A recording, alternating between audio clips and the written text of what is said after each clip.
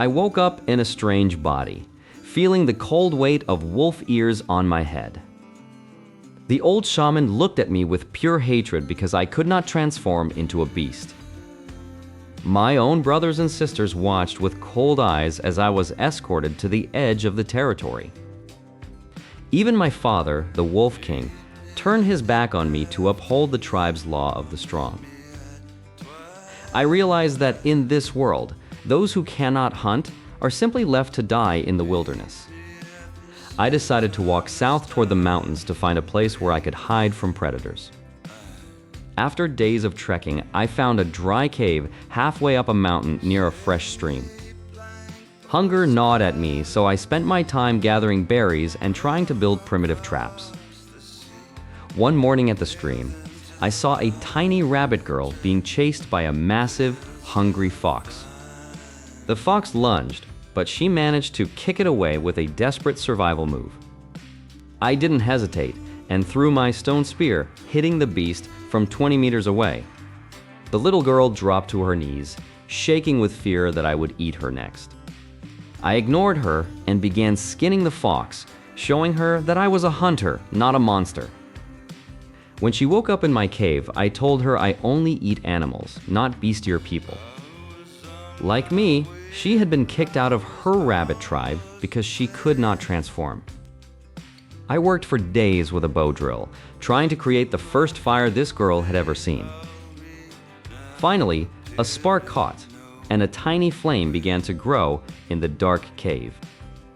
She screamed disaster because to bestier people, fire is a force of pure destruction. I just laughed and celebrated, knowing that fire would change our lives forever. I used the fire to dry the fox skin, preparing to make my very first piece of leather. My perfect memory allowed me to replay every survival guide I had ever read back on Earth. Seeing her hunger, I offered her a piece of roasted fox meat despite her being a herbivore. She snatched it and ate it nibbling like a rabbit, her body adapting to the protein. I blocked the cave entrance with roots to keep us safe while we slept together for warmth. She jolted awake the next morning, realizing she had crawled into the arms of a wolf. I decided we needed clothes because walking around naked didn't feel right for a civilized man. I named her Chinimo, after the jade rabbit from the old legends of my home. I practiced spearfishing in the stream, failing many times before finally catching our lunch. Chinimo cut her finger on a stone blade, so I used chewed-up thistle to stop the bleeding. I began gathering yellow clay from the riverbed to experiment with firing pottery. While out, I witnessed a brutal fight between a massive wild boar and a bear man. Seeing the boar exhausted, I took my chance and threw a spear directly into its eye.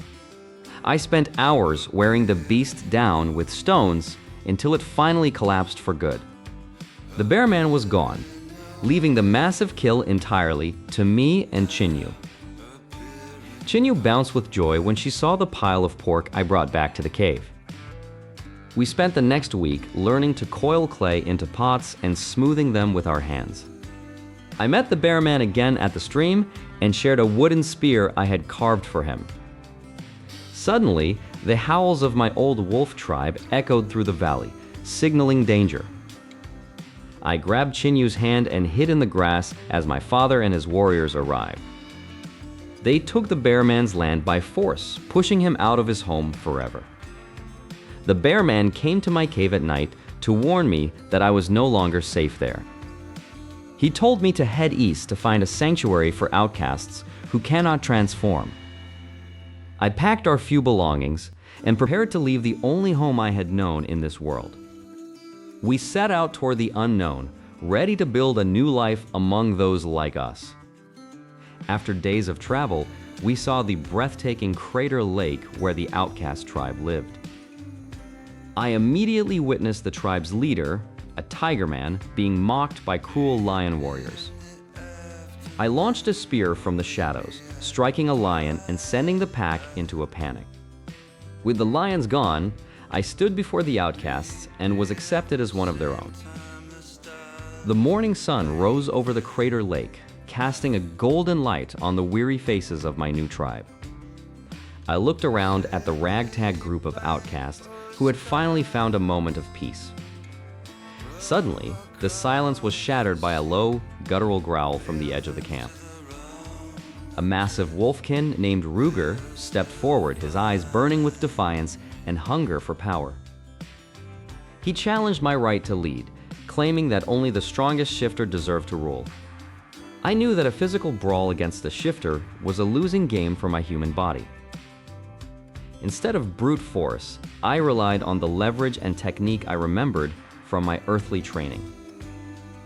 Ruger lunged at me with a wild swing, his claws narrowly missing my throat. I used his own momentum against him, grabbing his arm and slamming him hard into the dirt. With a stone knife pressed to his neck, I made it clear that brains would always beat brawn in my tribe. Ruger yielded, and for the first time, the outcasts looked at me with genuine respect. Now that the hierarchy was settled, I turned my attention to our most urgent need, warmth. I gathered the tribe and showed them 2 dry sticks, explaining the concept of friction. Chinimo, the rabbit-ear girl, watched with wide eyes as I began to spin the wood rapidly. Smoke began to curl upward from the wood dust, carrying the scent of potential life. A tiny ember flared into a bright orange flame, and the tribe gasped in collective shock. They had only ever seen fire during lightning strikes, and to them, it was a terrifying god. I explained that fire was not a god, but a tool that would keep us safe and fed. Next, I showed them how to prepare the meat from the hunt, avoiding the sickness of raw flesh. The aroma of roasting meat filled the air, causing stomachs to growl in unison. As they took their first bites of cooked food, their expressions shifted from doubt to pure bliss. But survival required more than just fire. We needed a way to store our resources. I found a rich deposit of gray clay near the water's edge, perfect for my next project. I spent the afternoon teaching the tribe how to mold the clay into round, hollow vessels. At first, their hands were too clumsy, and the pots collapsed under their own weight. I coached them on the right thickness, showing them how to smooth the walls with water. Once we had dozens of sun-dried pots, I prepared a large pit for the first firing. We covered the pit and lit a massive fire on top, letting the heat transform the earth into stone. I stayed up all night, monitoring the heat and praying the pots wouldn't crack. When morning came and the ashes cooled, I reached in to reveal our hard work. The pots were sturdy and waterproof, a monumental leap forward for our survival. With these containers, we could now boil water and cook stews, maximizing our nutrition. As the tribe's health improved, the bonds between the different species began to strengthen. For a few weeks, the crater lake felt like a true sanctuary away from the harsh world. However, our success had not gone unnoticed by the apex predators of the region. One evening, our scouts returned with news of massive cave bears moving toward our territory. This crater was a natural trap if a large enough predator decided to lay siege to it. I made the difficult decision to lead the tribe across the mountains to the bamboo forest. We packed what we could carry, our new clay pots clinking against our stone tools. As we reached the peak of the pass, a terrifying roar echoed from the valley we had just left. The beasts were closer than I thought, and their hunger was palpable in the freezing air. We pushed forward through the night, driven by the instinct to survive at any cost. Ahead, the silhouette of a vast bamboo forest appeared under the silver moon. This would be our new home, where we would build a fortress that no predator could breach. But as we stepped into the green shadows, I noticed strange, metallic glints in the soil. My heart raced as I realized I was holding a piece of tin ore, the key to the Bronze Age. Just as I was about to share the news, a massive orange-striped tail flicked in the tall grass ahead. A low growl vibrated through the ground, far deeper than any wolf or bear we had faced. The great tiger, the king of this forest, had found us before we could even set up camp. Two glowing amber eyes locked onto mine from the darkness of the stalks. I gripped my spear, knowing that our first night in this new land might be our last. The freezing mountain wind howled against the jagged rocks as I led my people upward. We couldn't stay at the lake anymore because the scent of our cooking had attracted the ancient cave bears. I signaled for Chinimo to stay close to the center of our pack where the heat was most concentrated. As we crested the final ridge, the sight of a vast emerald green bamboo forest took my breath away. Bamboo was the ultimate engineering material for someone with my memories of modern construction. We descended into the valley and immediately began clearing a perimeter for our new home. I taught the bearmen how to split the bamboo into long, flexible strips for weaving. Chinimo and the other smaller tribe members began weaving these strips into massive, sturdy mats. Within days, we had erected several elevated bamboo huts that kept us off the damp forest floor. However, a new threat emerged from the deep shadows of the forest in the form of a saber-toothed tiger. Our stone spears were too brittle to pierce its thick, prehistoric hide. While searching for a more durable stone, I stumbled upon a peculiar, heavy rock near a riverbed. My heart raced as I realized I had found a high concentration vein of cassiterite, the primary ore for tin. I ordered the tribe to gather as much of this heavy stone as they could carry. We built a high-heat furnace using clay from the river and a series of bamboo bellows. For 3 days, we pumped the bellows until the charcoal reached a blinding white heat. A molten silver stream finally trickled out into the stone molds I had carved. We had successfully birthed the world's first metal tools, moving beyond the Stone Age in a single week. I equipped the strongest warriors with these new spears and began designing a complex trap for the tiger. The tiger had become bold, attacking our livestock and prowling the village edges every night. I gathered everyone and explained the plan to use ourselves as bait to lure the beast into the killing zone. Chinimo looked at me with wide eyes, her ears pinned back in terror at the thought of the hunt.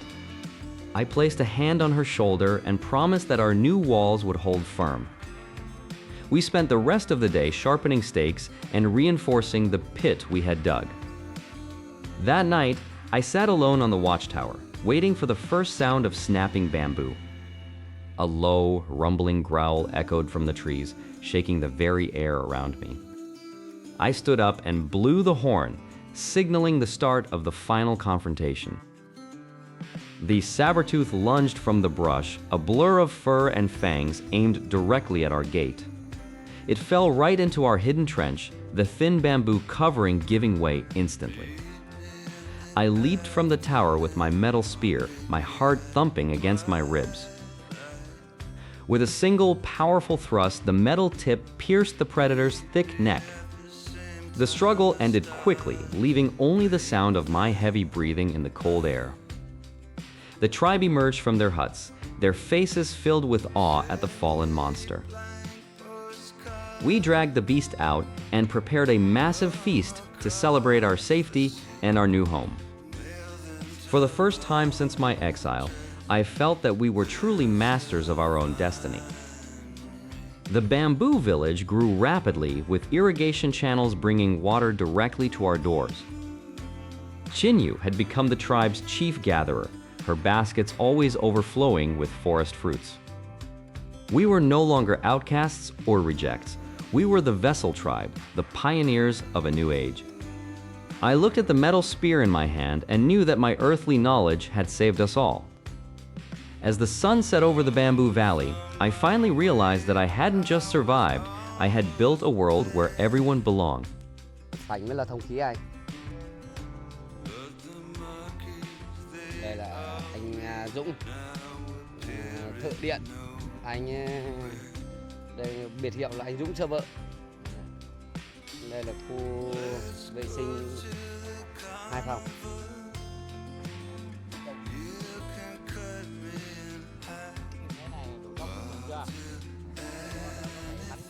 không.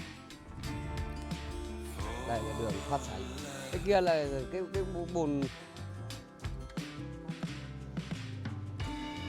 tiểu sánh nha, thoát tiểu sánh thưa anh.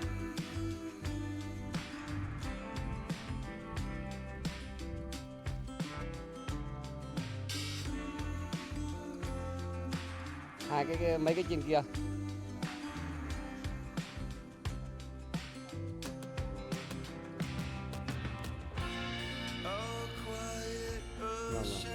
Thoát nước sánh nhỉ.